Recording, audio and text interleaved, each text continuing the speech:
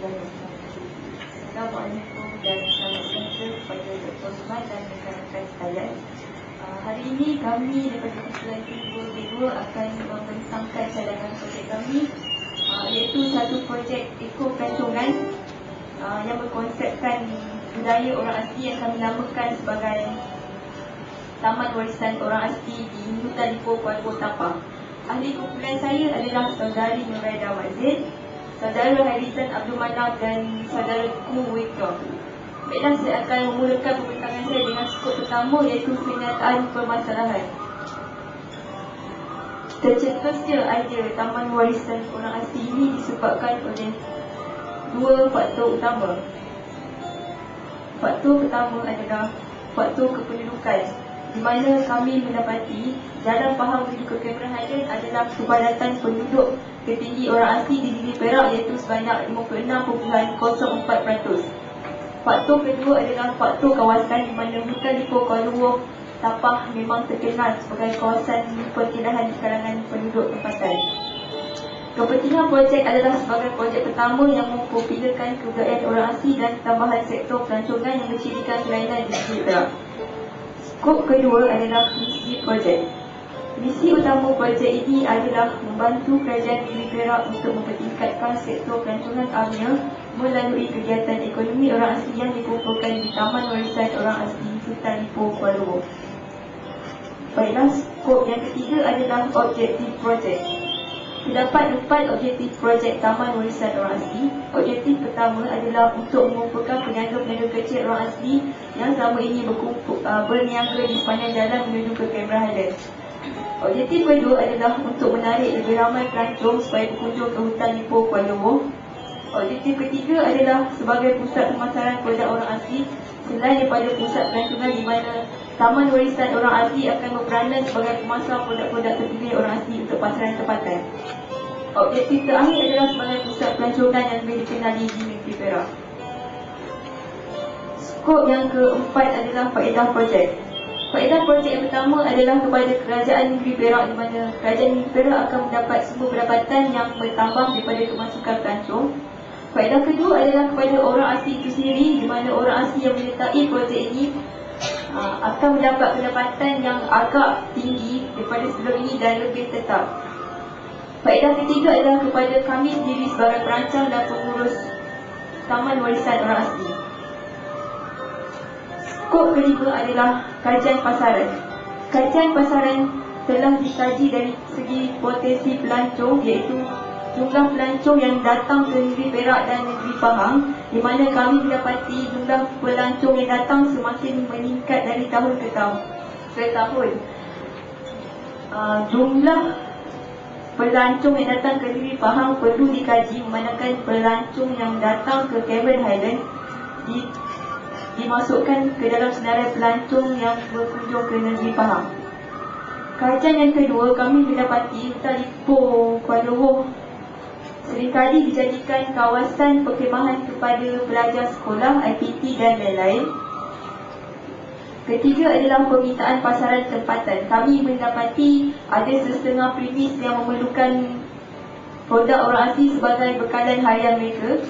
Dari segi persaingan, kami mendapati wujudnya persaingan yang tipis di antara hutan Ipoh Kuala Lumpur dan Air Terjun Datuk Iskandar, di mana kedua-duanya terletak di jalan menuju ke Cameron Highlands. Tetapi kami mendapati hutan Ipoh Kuala Lumpur mendapat lebih banyak kelebihan daripada Air Terjun Datuk Iskandar dalam pelbagai aspek. Dan yang terakhir sekali, dari segi feedback orang awam, kami telah membuat tinjauan kepada orang asli berkenaan cadangan projek ini, dan kebanyakan daripada orang asli bersetuju dengan cadangan projek ini sekiranya ia memberi faedah kepada mereka. Seterusnya, saya akan menyerahkan skop-skop yang seterusnya kepada rakan saya, saudara Ku Wika.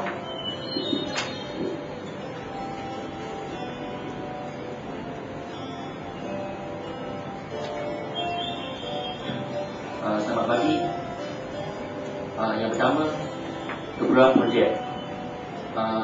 Keperluan projek ini terbagi kepada yang 5 keperluan yang asas, iaitu keperluan bangunan, keperluan pelaput, keperluan lain dan keperluan tenaga kerja dan keperluan sampingan. Keperluan bangunan iaitu bagi kepada 5 struktur bangunan. Manakala keperluan berabot ada terdiri daripada peralatan meja, kerusi. Keperluan lain ada seperti keperluan peralatan pejabat dan seperti peralatan yang terletak di pusat aktiviti seperti sumpit. Keperluan tenaga kerja ada terdiri daripada gaji dan upah kaki tangan. Manakala yang akhir sekali adalah keperluan sampingan, iaitu sertifikat WSP. Jaga hayat projek. Projek kami akan bermula beroperasi pada 2005 November. Secara umumnya, projek kami dibagi kepada 2 fasa utama, iaitu fasa yang pertama, projek kami berfokus kepada 2 bangunan, iaitu bangunan pusat aktiviti dan bangunan kafe, iaitu di sini tu. Manakala yang fasa kedua adalah fokus kepada bangunan tangan dan kedai produk hutan. Jangka peluang modal. Jangka peluang modal bagi projek kami ada 5 tahun hingga 6 tahun. Jenis projek. Projek kami dibiayai sepenuhnya oleh pihak kerajaan negeri Perak. Terdapat 3 agensi kerajaan yang menjadi agensi utama dalam projek kami, iaitu Pejabat Hutan, iaitu Jabatan Perhutanan, Jabatan Hak Ehwal Orang Asli dan Unit Perancangan Ekonomi Negeri.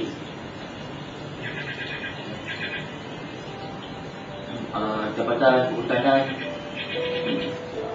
memainkan peranan sebagai agensi yang utama dalam projek kami. Manakala Jabatan Hak Ehwal Orang Asli memainkan peranan sebagai agensi untuk agensi di antara agensi seperti Orang Tengah di antara pihak pengurusan dengan kaki tangan. Manakala Unit Perancangan Ekonomi Negeri memainkan peranan sebagai agensi untuk mempromot seni bina. Seni bina dan reka bentuk yang terdapat di model ini ada diturunkan daripada konsep rumah orang asli yang sebenar. Manakala seni bina yang terdapat di Pintu Gerbang ini adalah terdiri daripada seni bina dan konsep papan berai dan pintu gerbang bertahan hipok kek panjang 9 fly. Manakala yang komponen corak bangunan tanah warisan yang terdapat di bangunan-bangunan kami ada terdiri daripada seni bina bangunan orang asli dan konsep rumah orang Melayu. Lokasi projek kami. Lokasi projek kami ada terletak di hutan Ipoh, Kuala Lumpur, iaitu terletak antara 10 km daripada tapak dan lebih kurang daripada 25 km ke Cameron Highland.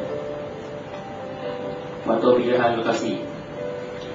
Kenapa kita memilih lokasi di hutan Ipoh? Terdapat beberapa faktor yang utama. Yang pertama, lokasi ini adalah bersesuaian kerana dia terletak di laluan utama ke Cameron Highland. Yang kedua, lokasi kami mempunyai semua kelengkapan kemudahan seperti tempat ada kawasan perkilahan, kemudahan untuk tempat letak kereta, bas dan motosikal. Selain itu juga terdapat tempat penginapan dan mempunyai pemandangan yang menarik sekali. Yang pentingnya sekali adalah lokasi kami adalah penghampiran dengan tempat kediaman orang asli. Side project.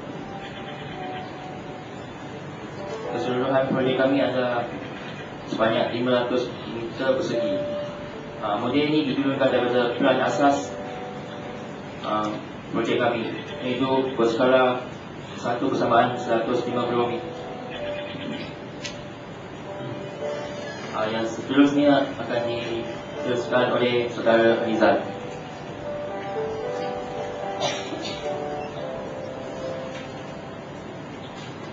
Assalamualaikum warahmatullahi wabarakatuh kepada semua. Nama Muhammad Syazli, saya akan mula dengan struktur pembagian tim.